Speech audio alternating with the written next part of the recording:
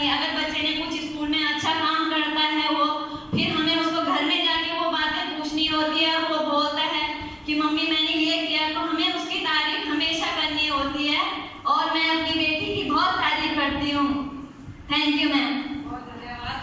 ताली बजा दीजिए। ताली में कंजूसी नहीं करिए।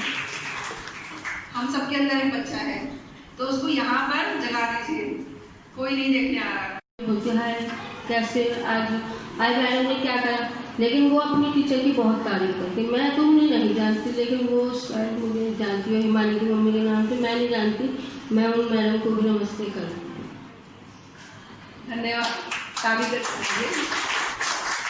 अभिभावक को मेरे साथ मैं उनको सादर नमस्कार। मैं राम नगर, मेरी 2 बेटियां यहाँ पे पढ़ते हैं, सोनिया पंत और सुमन पंत। मैडम ने जैसे आप लोगों को अभी व्यवहार के बारे में बताया, ये सब कुछ हमारे अंदर ही है। केवल ये अभियान जो है वो जागरूकता है, हम लोग जागते नहीं है। इसमें हमारे बहुत सारे सहपाठी, मैं किसी के बच्चे की बुराई या माँ बाप की बुराई नहीं करूँगा।